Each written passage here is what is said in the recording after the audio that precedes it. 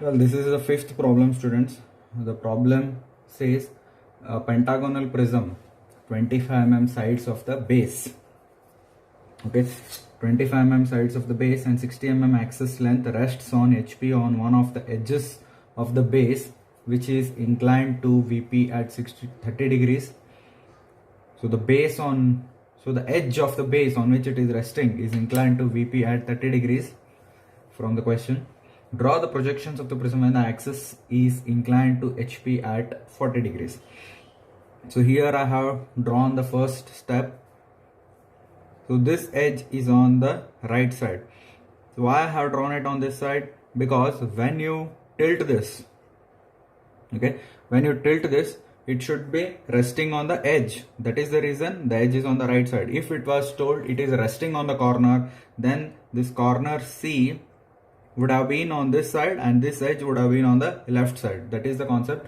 I'm not explaining this with a paper model, since by now you must be perfect in imagining the solids, various solids, because I've explained the planes and the first solid problems, that is square prism, with the paper models. Now by now you must be perfect in imagining the concepts without explaining in a detailed way. You must be able to grasp it quickly.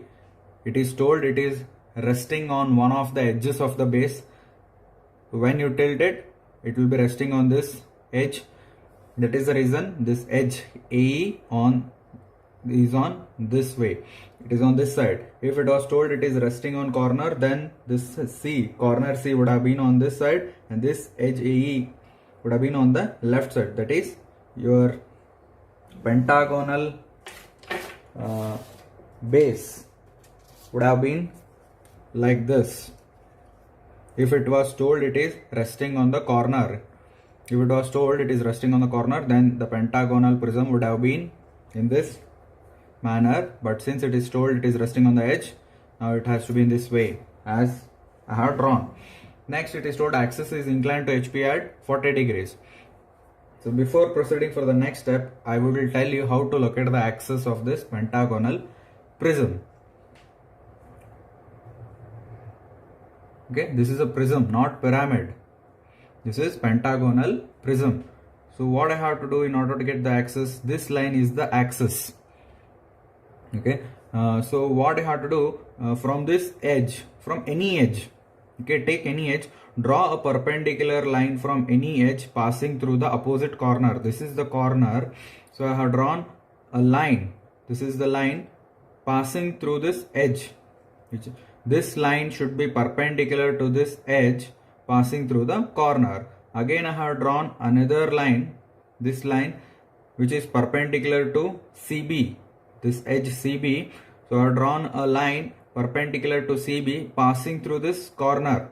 So you have to pass that line, which is opposite to this corner, is opposite to this edge, right? So you have to draw a perpendicular line from an edge. It should pass through the corner, which is opposite to the edge.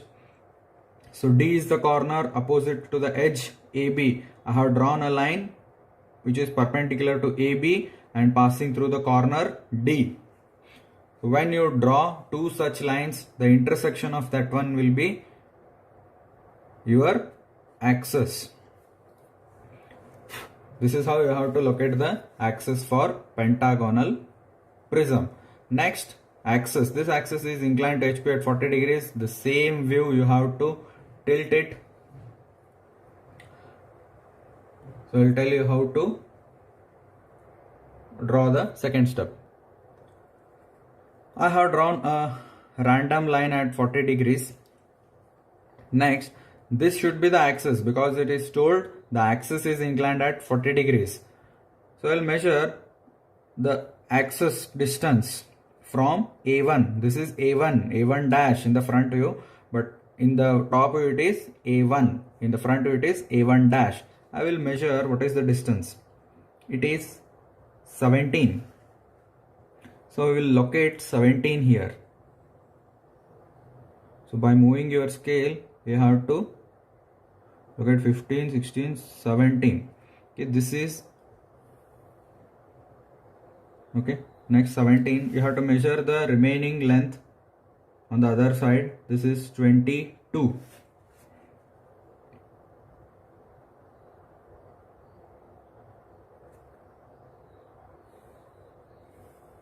Now this is the bottom face. This line, this is the bottom face. It is transferred at 40 degrees. So remember, you have to measure from A1 to O1 and you have to move your scale and locate it accordingly. On the left side, it is the remaining distance O1 to C1. Now again you have to draw this same view. Draw the perpendicular lines that if you draw perpendicular lines, that will be these edges. So draw all the lines and complete the view. You already know all these things. I will be skipping this. Okay, here I have completed the front view in second step. The same view I have transferred it. So how did I do? I have drawn a random line at 40 degrees, that is this axis. After drawing, I measured A1 to O1. By moving your scale, you have to draw this line which is perpendicular to this axis. So whatever distance you are getting, that is 17. So this is 17. You just transferred it. Next, this distance is same as this one. Again, this distance is same as whatever you have in this view. So you have drawn this view. After that, you have to draw the vertical projections and the horizontal projections, match the corresponding points and complete the top view. So here I have drawn the vertical projections and I have drawn one horizontal projection line. This is A1 dash. This point is A1 dash and the corresponding point in the top view is A1, which is this one. So A1 dash. This is A1 in the top view. This is A again, and here I have A dash in the front view, corresponding A dash in the top view it is A. This is A. Likewise, we have to draw all the horizontal projections and vertical projections and match the corresponding points to get the top view. I'll explain one more point. This is E. In the front view, it will be E dash. Where is E dash? Search for E dash. This is E dash. E dash. So if you draw a line, this is E. E1. Where is E1 dash in the front view? Here you have E1 dash. So E1 dash. This is E1. So here I have completed the top view.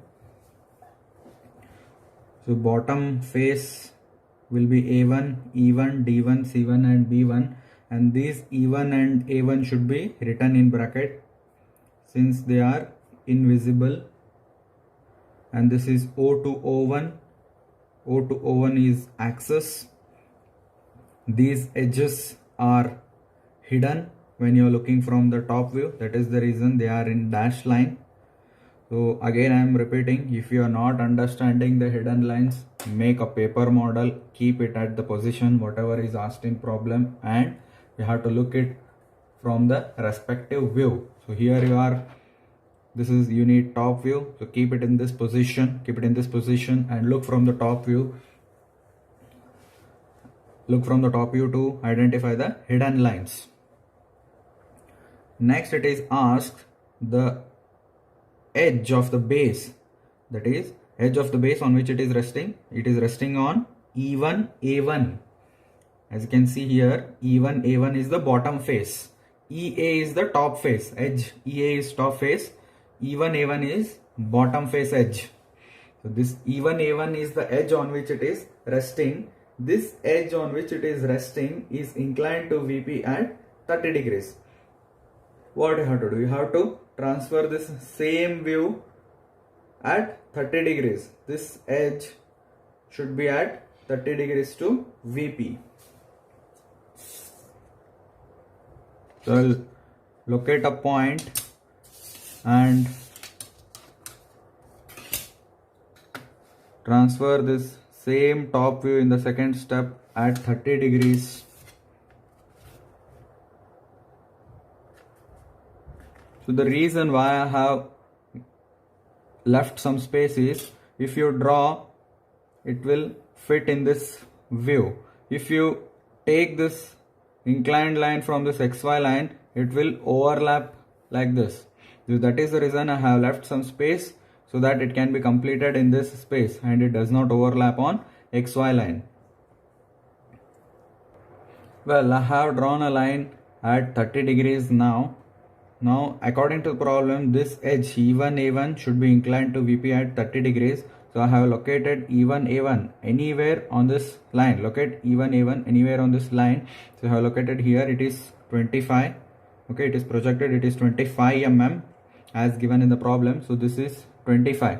So locate it anywhere on the problem. So this distance between EA is 25, E1 A1 is 25. Now to make sure whether it fits in this and it does not overlap on XY line, how you have to do means you have to measure this distance from this line to here, because you are transferring the same view at this angle. This object, this solid, you are transferring it at 30 degrees.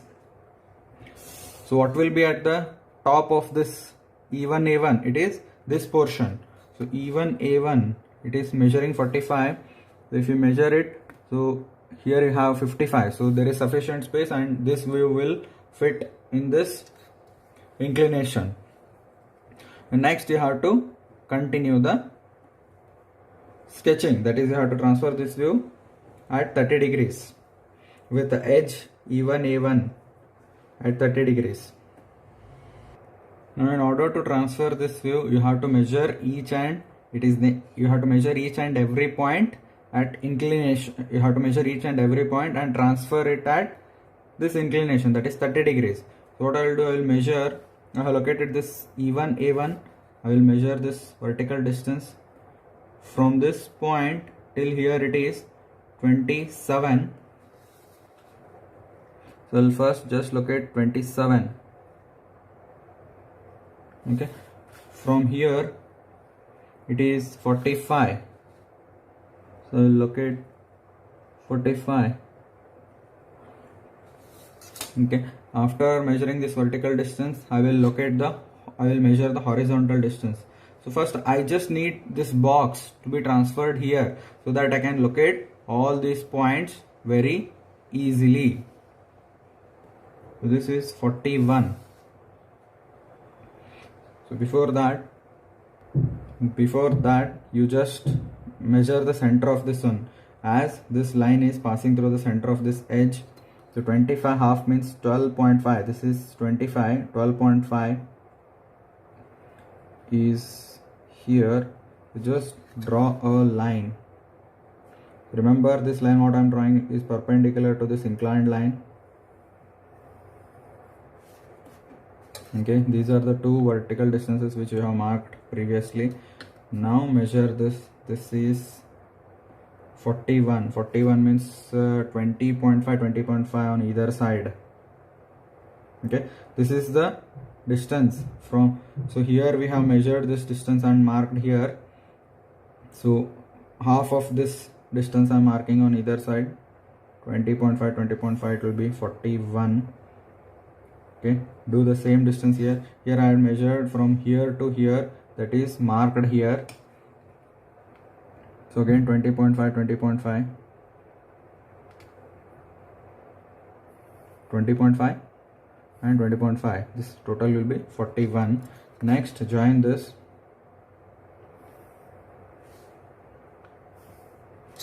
I will be naming this as this same solid has been transferred here.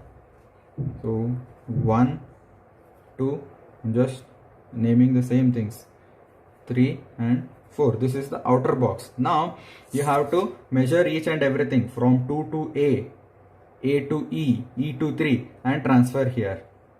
2 to B, B to B1, B1 to 1 and transfer on this line.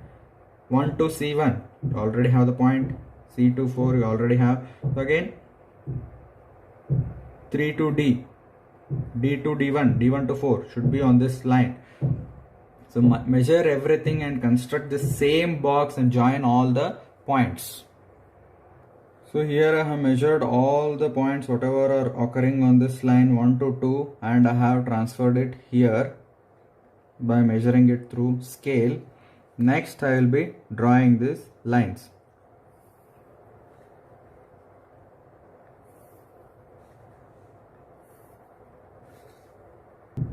So here I have marked the points whatever are there on this line 1 to 4, and I am drawing the vertical lines.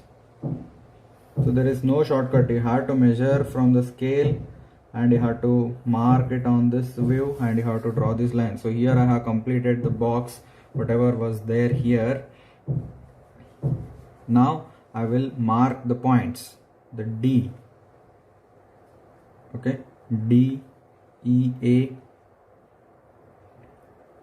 E this point, A this point, and B on this point, okay. So C is here. So likewise I will mark all the points and then I will join all the points. Sorry, there is a mistake. E and A are at the extreme right. So here is A, here is E. Now I will be joining all the points, B to A, A to E, E to D, D to C. Okay, so similarly you have to join all the points occurring here. These edges are hidden and this is the complete view. This is O to O1 is axis.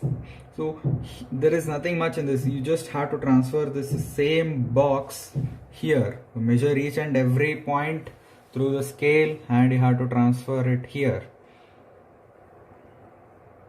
Okay. Next, project the vertical lines from all the points and you have to match with the horizontal lines. After projecting the horizontal lines, you have to match the corresponding points. If it is A here, you have to search A1 here. Sorry, if it is A here, you have to search for A dash. Here is A dash. So A should match with A dash. If it is C here, you have to search for C dash. This is C dash. So C should match with C dash. If it is C1 here, you have to search for C1 dash. C1 is here, C1 dash is here. So horizontal line, vertical line. Join all the points and complete the view.